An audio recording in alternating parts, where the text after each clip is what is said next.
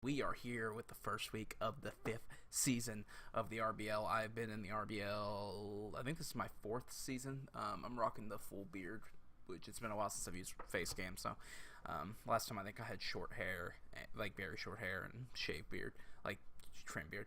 But we are here taking on Patrick and the Atlanta Altarias. Normally I would have his team pulled up, but as of recording this, the pages aren't updated for people still participating in Season 4, I believe. I haven't really checked, and this is also just kind of happening really quickly. I have to write lesson plans for school. But we are finally here. It's finally back. It's been a while. We've had the draft. If you haven't checked out my draft analysis, go check that out. Yeah, so we're taking on the Atlanta Altarias. Patrick, we beat them last season, week 3, I believe. I cannot remember, but it was not that easy of a game. Okay, so this is the 6 I predict him to bring. I almost guarantee deep in my heart that he brings his fantasy core, his Dragonite, his Clef, his Skarm. After that, it is up in the air. He could bring anything. I lean towards Zoroark because it's one of his faster mons and it plays head games very well. And then I lean towards a spinner. He has two primary spinners, Claydol or Hitmontop. But he could forego one of the. He could forego a spinner, bring Delphox, and put Defog on Skarm as another option. But I believe he'll bring Rocks, Rapid Spin, Claydol, Spikes, Whirlwind, Roost, something, Skarm, and leave Clef without Rocks, so Clef can get the benefit of having like set up 2 moves and Calm Mind or something like that, or set up. Set up soft boiled / recover, and 2 moves. I also think Miltank could come and bring rocks as well. He has so many rock setters and hazard setters, but it'll be hard to like pin down what his other 3 will bring. Be Jellicent. I think Jellicent or Miltank will come for sure. I think Zoroark or Delphox will come for sure, and then I think Zoroark and Delphox can both come depending on the sets he runs on Skarm, Clef, and Miltank. So there's about 9 mons he can bring. I think Hitmontop's pretty much out. He had a couple others that I think are pretty much out. I think locks are Zoroark, Skarm, Dragonite, Clef, and then one of Miltank and Jellicent. Delphox, Claydol, and Hitmontop, all 3 could see play depending on what he wants to go with. So that is what I predict him to bring. Let's get into what I'm bringing to counter it. My assistant coach this year is coach of the Minnesota Eon Twins. Oh my gosh, I'm struggling so hard. It's been a while since I've recorded something like this. Joseph, he's been consistently great, and I'm so glad to have him as my assistant coach. He'll hopefully bring my play to the next level. What we are bringing is this wonderful Scarf Greninja known as Gaz. He is a mixed Greninja. He outspeeds everything on my opponent's team. If he doesn't, I'll fix it. But his job is to outspeed everything, and he is my counter lead. Basically, no matter what, I have 2 leads. If he doesn't bring Zoroark, depending on what he brings, I can lead Aggron, Mega Aggron. If he does bring Zoroark, I pretty much have to lead Greninja, because I lead Greninja and click U-turn, because I have a decent switch in to pretty much everything. Basically, because what it does is my U-turn brings it low.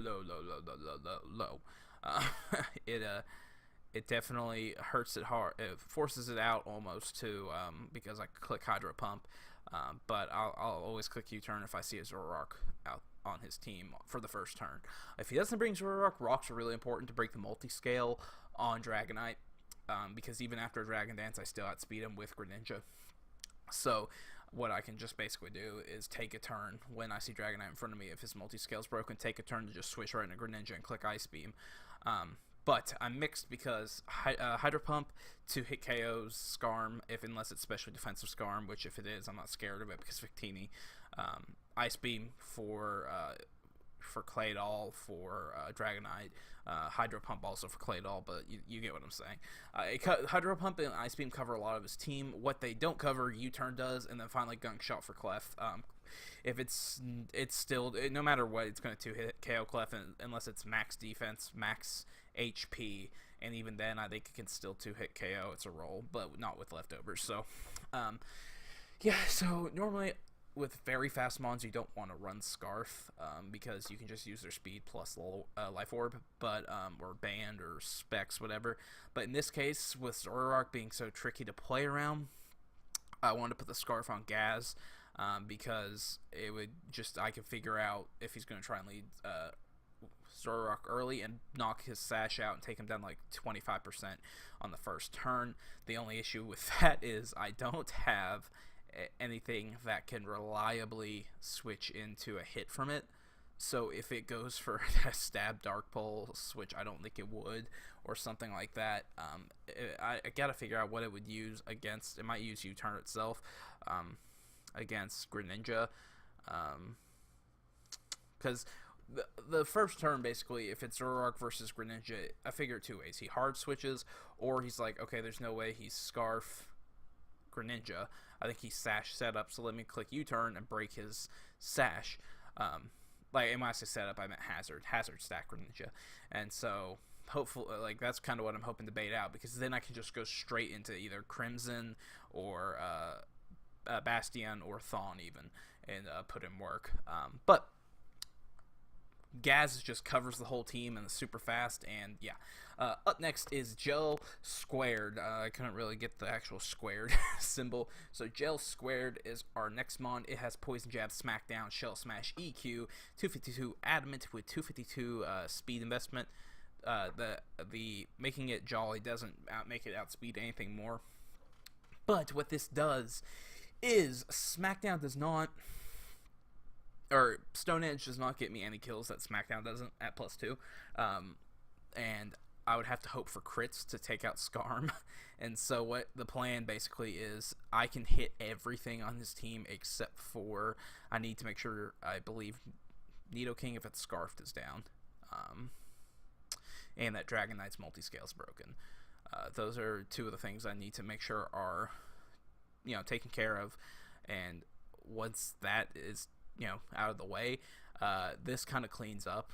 Smackdown Okos everything that's weak to rock except for, or no, Okos everything that's weak to rock at +2. I can smack down a Skarm, and obviously a Brave Bird's not going to be like the end of the world, and after smacked it down I can EQ and drop it. Poison Jab for the Clef. Poison Jab doesn't kill the Clef, but Stone Edge doesn't either. So Smackdown EQ covers pretty much everything, so Poison Jab is just there to make sure I get a big hit on Clefable. The only other option I had was switch it to X Scissor. I had to get rid of Claydol too if I don't run X Scissor, so it's either X Scissor or Poison Jab. Do I want to get walled by Clef, or do I want to get walled by Claydol? And I'm still deciding. I'm actually kind of leaning towards X Scissor now that I think about it, but Claydol's got to be weakened regardless because it's going to be defensive. But this is my late game win con. I gotta, like I said, Nidoking needs to be down. If it's Scarfed, we need a weakened Claydol, and we need 100% for that multi-scale to be broken. Our third mon is going to help us accomplish this sweep. It is Dusclops. It's packing Memento, Pain Split, Will-O-Wisp, and Nightshade. The reason I'm going Nightshade is because it's a 50-50 whether he brings Miltank or whether he brings Jellicent. So it's either Nightshade or Seismic Toss, and I gotta pick, and I'm picking Nightshade. I'm gambling. It's a coin toss. I don't. He could bring both, and then that'd be okay. But if it's not Scrappy Miltank, I wall it. Even if it is Scrappy Miltank, Body Slam, I just gotta worry about the Paras. But this thing is my dedicated, and when I say dedicated, I mean absolutely 100% dedicated switch into Nidoking. Nidoking's Earth Power from a Life Orb, special, like max special attack or timid special attack, is a 4-hit KO. So I go into him, I just Pain Split a couple times, and then use Nightshade to finish it off. And then after that, I can just Memento whatever is in, go into my old sturdy White Herb Crustle, and hopefully clean up. And it's pretty straightforward. He can switch into any special hit except for Let me do a calc real quick for you. I can't remember. I didn't calc this because I was like, I really don't want to risk the hit. We're gonna go a little nasty plot here. Does clops. It's not gonna be pleasant. Eviolite. What was the 228, 228, 228, 228. That doesn't matter. Yeah. So luckily, it's not a guaranteed to hit KO, but it's not good if he is Life Orb. That is. If he's not Life Orb, it's a guaranteed 3 hit KO. So that's actually positive, but I don't want to risk that early on. So no matter what, I'll probably go into old Bastion here since he won't be Mega. But that could be risky because he could Focus Blast. I think Zoroark gets Focus Blast, and I will check that. So it's going to be mind games early on. But Crimson is here to set up for Gel Squared and to be Nidoking hard counter. Next up, we have Victini, our second round pick, and our first tier 1 pick. It is our dedicated Clefable switch in, and it has Assault Vest. It has V-Create, Zen Headbutt, Bolt Strike, Glaciate. I thought about running like True Mixed, but essentially Glaciate's gonna...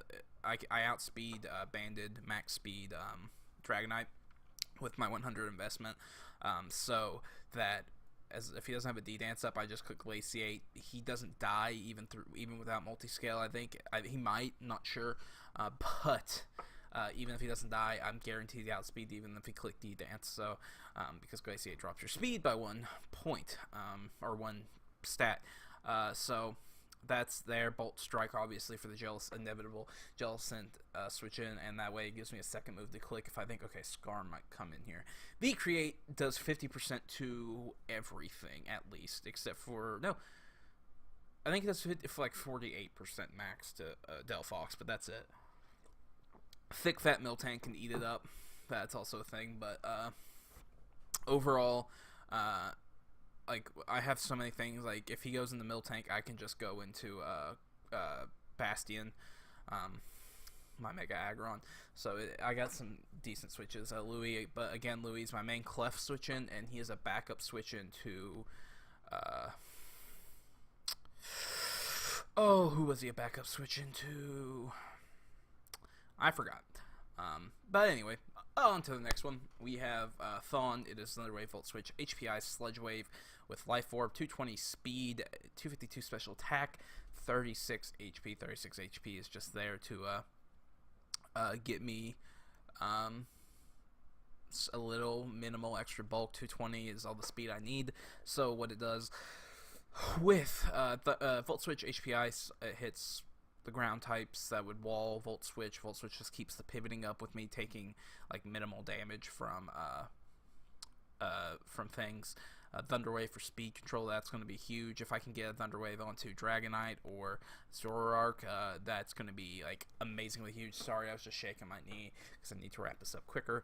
And it was shaking the camera. Sludge Wave is a move I'm trying to think about switching because because something. Well, here's his team now, so you can see his team.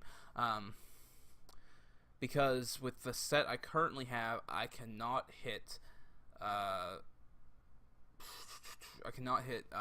Miltank very hard, and so I was thinking of running Focus Blast because it would hit Miltank, it would hit Mega Pidgeot for neutral damage, it would hit Zoroark, and so I was thinking about running that, but then Clef becomes more of a pain in the ass, so I think I'm going to keep Sludge Wave, which would make me take Poison Jab off Crustle even more. So let's go ahead and change this to what I say.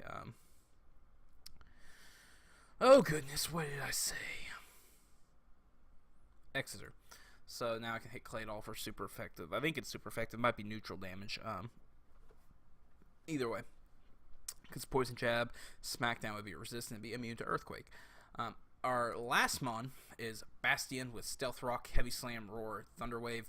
I am debating the Roar Thunder Wave combo. I'm thinking of doing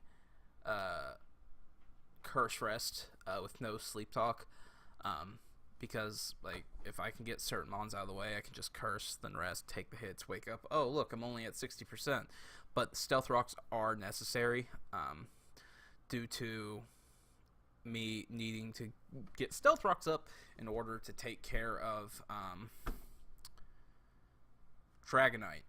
But also Roar lets me phase out like a Calm Mind Clef or anything like that. Heavy Slam does Oko Clef without like from full with no investment or anything. So I'm debating the Roar Thunderwave. It's going to be Stealth Rock Heavy Slam, and after that it could be Rest Curse, it could be Rest Sleep Talk, or it could be Roar Thunderwave. No matter what, though, it will be Stealth Rock Heavy Slam. Named it Bastion because Patrick is. I named it. I came up with the nickname first. I had the nickname set up and picked out as soon as I drafted it. I was like, I'm not going to go with a fairy tale theme this year, but I do want to use a fairy tale nickname, and I was going to name my Mega Aggron Metallicana, which is the dragon that trained Gagiel in Fairy Tale. Well, he named it Skarmory Metallicana, which is stupid because Aggron looks more like a dragon than Skarmory. So screw you, Patrick, for taking my nickname. So I named him after. Well, I didn't really name him after Bastion from Overwatch. It was just the same idea. They're both like big metal bulks that are trying to keep you from getting to a point. So he's my big metal wall, and so I named him Bastion.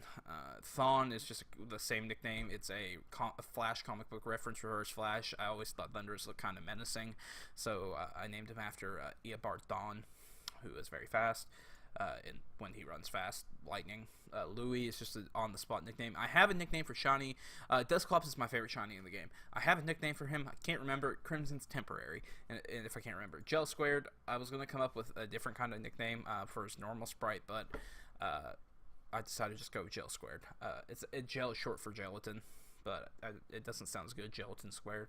And then finally, Gaz. I always have called my Greninjas Gaz. I don't know. I look at a frog and Gaz just sounds right. It's not based off anything. It's just a name. I've talked to a couple people who had the name Gaz, or it was short for something else, and I was like, I look at a frog and Greninja and Gaz. So that is it for the Week 1 team. Thank you for watching. Please like, subscribe, and favorite to TangrowthTV. I hope I didn't say this is pro gaming at the beginning, because that channel, I don't have anything for it right now. I'm too busy with school, so you're just going to be seeing D&D and Pokemon on this channel. But that's pretty much it. Thank you for watching, and I hope to see you guys on TangrowthTV next time.